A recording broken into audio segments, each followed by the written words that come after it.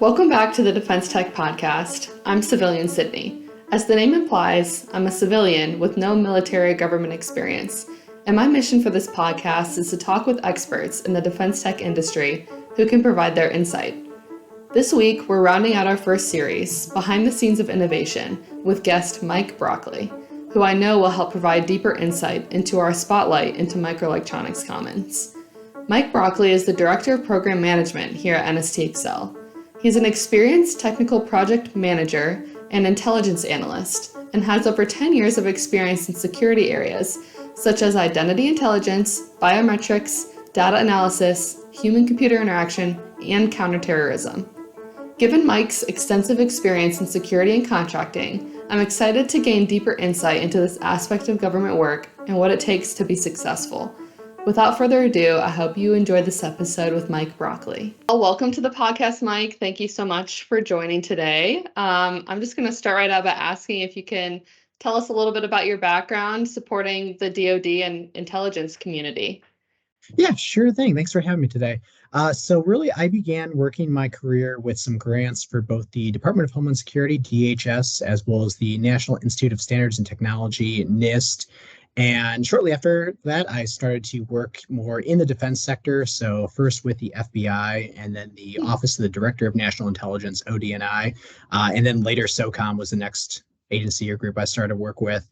And so a lot of experience with different three-letter agencies and at that side of the house. And really from there, started to learn all the different practices, all the different fundamentals, so that when I came to NSTXL, I was able to bring a lot of that different information and those different cultures over to here. And from there, it's been fun starting with NSTXL because I've been able to take a lot of our processes, a lot of we do, and sort of fine tune them to really further increase our throughput and our efficiency, really to help the warfighter for our other transaction-based contracts.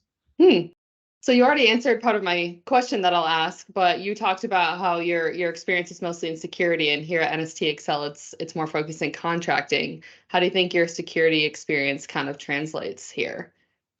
So we're in a unique spot in the OT transactions because a lot of my experience was in more FAR-based contracts and generally working very closely with our defense partners and with my government customers.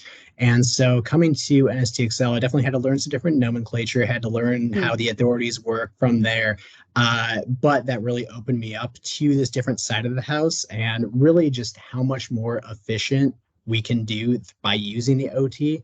So it's been cool to see sort of how the government has adapted something that's been around for a long time, but put a new spin on it in terms of how we get prototypes together, how we work that through the process, and really, again, at the end of the day, making sure that we are coming up with this way to help the warfighter. So a little bit of a learning curve there, but it's been, like I said, I've been able to sort of bring a different side of the house of my intimate experience working with all those different government customers to show both what we're doing in other parts of the government, but also learning myself for the OT side of things.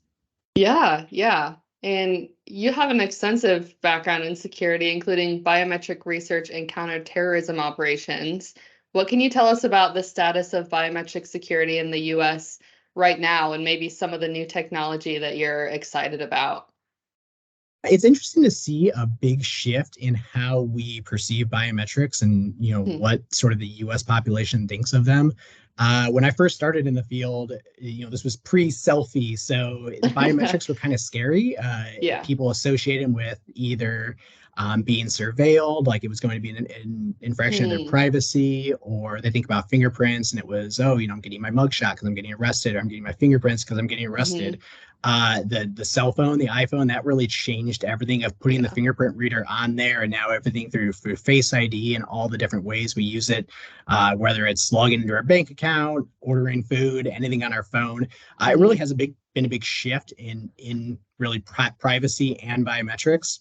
And along with that, probably the biggest area that the government has then changed is how we adapt the airline industry. So, all the Hmm. different airlines have either partner programs or ways that they're doing security using biometrics, as Hmm. well as when you go into the airport, you see things like Clear or Global Entry or Nexus, Hmm. or even just Hmm. standard TSA now, taking that photo and holding it for a short time to make sure that, privacy concerns are still taken into account, but Hmm. overall, people are just much more just open to the idea of using biometrics, and they've seen both Hmm. the speed and the security that biometrics really provide. So it's been a cool sort of landscape shift, and then technology also has just as a result changed, improved, gotten so much better. Where face recognition used to be sort of a it was a low security biometric. It was an easy one Hmm. to implement, but wasn't that great. And now with 3D face recognition, and again everything that's been innovated around it, it's become a very very strong biometric. So it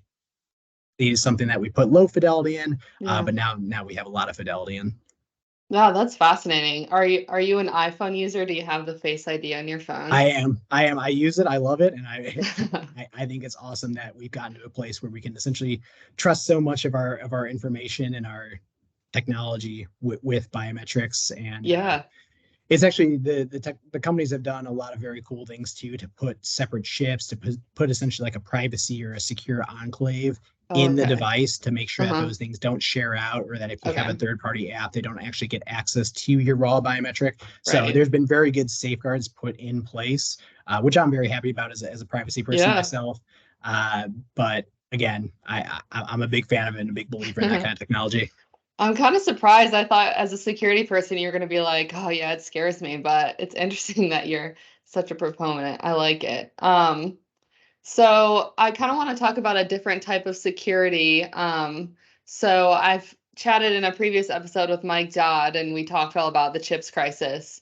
Do you see a strong need for innovation in the US, like in that realm with chips and security? Yes, the U.S. has always done a great job innovating in the microelectronics space and in the semiconductor spaces. But I think one of our bigger mistakes is sort of how those things are created and how those things are packaged. The pandemic was a really big eye opener, because we saw how much it affected our day-to-day lives, and how much that anything we relied on, outsourcing, really just came to a grinding halt. That Mm-hmm. there's so much we use on a day-to-day basis that's, smart now, between our smart fridges, our phones, our cars, just the sheer number of these things that we need in our day-to-day lives. We need to be bringing a lot of that back home to ensure that we're not relying on our party, or on, third parties, not Mm-hmm. relying on other countries, and seeing how much that we can bring back home to the United States. All companies, we're working with startups, we're working with non-traditional defense contractors, and we're bringing them into this bigger landscape so that we can get their innovations, we can get their new and novel technologies, start to work with other companies, work through our hubs. That's what we'll talk about later today, I'm sure, to see how we can really just fortify these technologies and Mm-hmm. bring them into DoD components. Yeah. And again, these are some of these very small companies. They've just been doing it at a very small scale. They've been working Yeah. with investor dollars, or working with, really small research grants. And so it's very cool now to see how we can really build that technology up and adapt it into U.S. defense, and into things that the Department of Defense crucially needs, as well as United States. Like I said, just through our automotives and through our different technology, making sure that we have a good foundation, and that we have a lot that we can bring home. We don't have to rely on TSMC or Taiwan. That we're making it here, and we're making sure that it is passing everything we need it to. Yeah. Yeah. It's a really good answer. So you kind of already mentioned, and like especially with Microelectronics Commons, but what role do you think maybe Commons and other programs at NSTXL play in that security need? So for NSTXL, we do a good job to be postured between those companies who are doing that innovation, who have those novel ideas, as well as the government who has the needs. They understand where we need to go as a country and as a government. So we work very, very closely to understand the needs, understand the requirements, and work with those performers and our subcontractors Mm, really to make sure that it in all of those. So we work very, very closely to ensure that mhm, timelines are met. We are pulling together deliverables. We're making sure it meets those specifications. And through the prototype realm, sometimes things fail, and that is yeah. okay. With our framework, I'm a big fan of the quote, fail early, fail often, but always fail Mm, forward. So with our mm, prototypes, we always want a successful prototype. We want to move the ball forward, but even in the prototype realm, if we have something that doesn't work or doesn't meet exactly what we're looking for, we can still get that information. We can still learn from it. And by mhm, sharing that information back on out to the government and to the Department of Defense, we can make sure that those small increases or those small innovations take place throughout everything we're mm. building. And so that prototype version 2 or that version 3, we're continuing to innovate, continuing to improve, and really just moving the ball forward with what we're doing in the microelectronic space. Yeah, I really like that too. It was fail early, fail forward. Am I missing Fail one? early, fail often, but always fail forward. Oh, I like that. That's cool. Oh, yeah. All that being said, I know that you support NSTXL as Director of Program Management. Um, with that, you also started to manage the project success team. Can you tell me more about that and what project success looks like here? So we work very closely with both the government team and the performers to really ensure that the projects meet what they're supposed to and that we stay on a schedule, on a budget, and within those Hmm. technical specifications as closely as Hmm. possible. Hmm. The OT realm gives us a lot of flexibility that should something need to change, as long as it's still within the scope of what was initially planned, we can do contract modifications to really make sure Hmm. that we are adhering to some of those unexpected things, whether it's a very long lead time for a piece of equipment, a slight change to the technical specifications due to something we learned throughout the process, any of those changes or new risks that we are encountering throughout the project. We work very closely to get ahead of those things, collect them, and make sure we're all on the same page. Hmm. Previously at NSTXL, we did a really good job from the contractual side of the house to get those contracts in place, get them in place quickly. We streamlined that process really, really well. But what my team does is to work in that post award realm. So once we have the contract in place, really make sure that we are thinking about, okay, what kind of additional options can we work on this contract? Hmm. Maybe Hmm. there's additional funding where we can do something a little bit different, a little bit more novel on this project, or starting to explore other phases. So taking it from a phase 0 to a phase 1 or a phase 1 to phase 2, or even starting to talk about actual production or follow on production from that prototype of great, we made 3 of them, we tested them, but there's another section of the government who could really you could really see a benefit from having 3 of these or 10 of these or Hmm. something. So we can start to have those conversations and have those conversations early so that it's not just a one and done. We're actually seeing, okay, Yeah.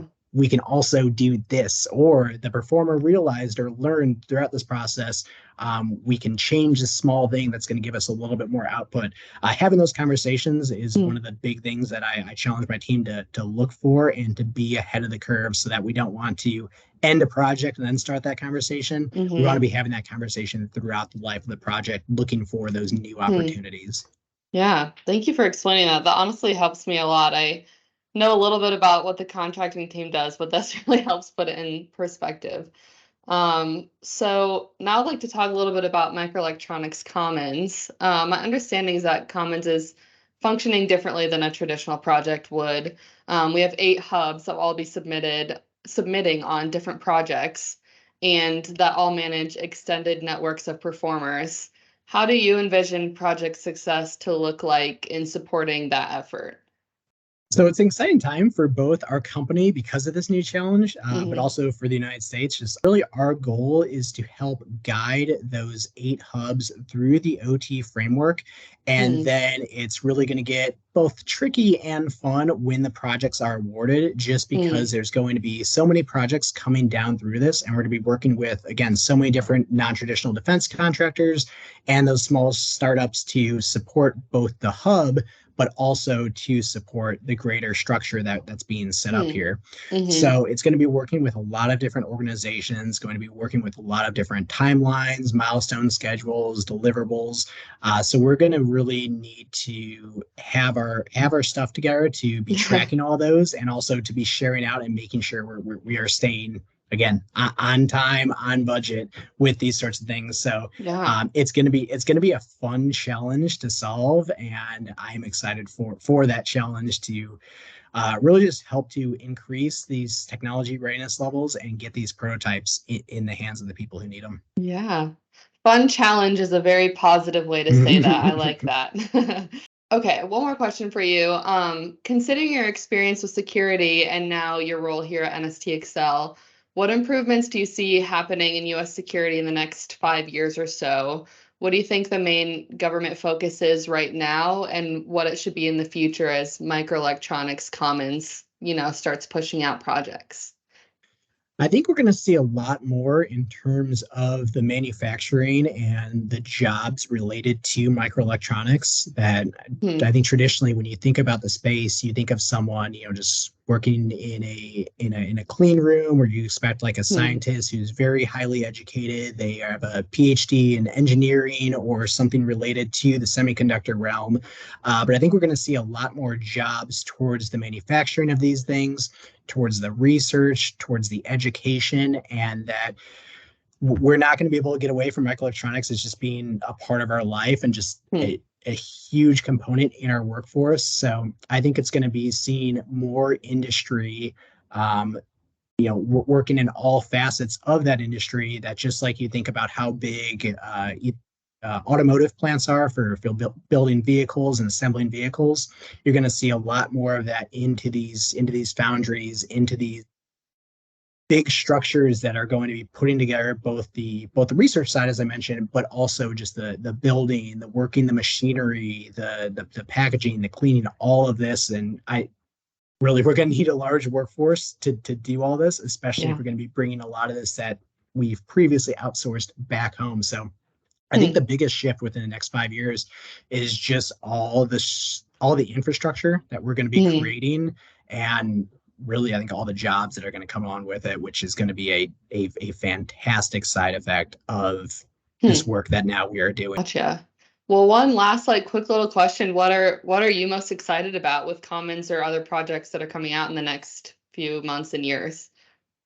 Aside for the innovation, I like hard challenges, just like I like the Yeah. setup of this hub model, and knowing that we're going to have all these different projects and all these different schedules.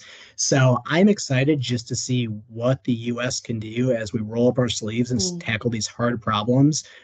It's easy to kick the can down the road, or worry that talk that we're going to worry about the problem, when it becomes a bigger problem. I think that day and age is right now. We are looking at what Hmm. our near peer adversaries are doing. We are looking at what other countries are doing in the space, and there's a lot that we need to make sure that we take that foothold back and Hmm. really innovate and show why we have the best and brightest people, and that we can do this. So I'm Hmm. interested to see not only the structure that comes along with it, but just that the innovations technology. And at heart, I'm a big nerd. So whenever there's something new, there's a new software version that comes out for a device or a Yeah. new piece of hardware, I love reading about it. I love to see the differences. Hmm. I love to see how things change. So we're going to be having tons and tons of growth in that realm. And I'm just excited to see what comes out Yeah. of it. Sounds like it's a great time to be a technology nerd. So It sure happy for is. you. Great. Yeah, I'm excited to see it all too. Thank you so much for joining me today. I know you have very busy schedules, so I really appreciate it. It's been super insightful for me. And again, I'm just excited to see, just like you, what happens in the next months and years. So I appreciate it. Thank you. No, I appreciate you having me this morning. I want to thank everyone who listened to the Defense Tech podcast this season. We had some great conversations with some intelligent people in the industry here at NSTXL. Even though I'm new to the industry, I have a much clearer understanding of the issues surrounding the chips crisis and all the work that is necessary in order to create a solution, as the Microelectronics Commons was created to do. I hope you'll stay tuned in, as this is just the beginning of the Defense Tech Podcast. Series 2 of the podcast will be announced in January, so be sure to subscribe to our YouTube channel and stay tuned for more announcements to come.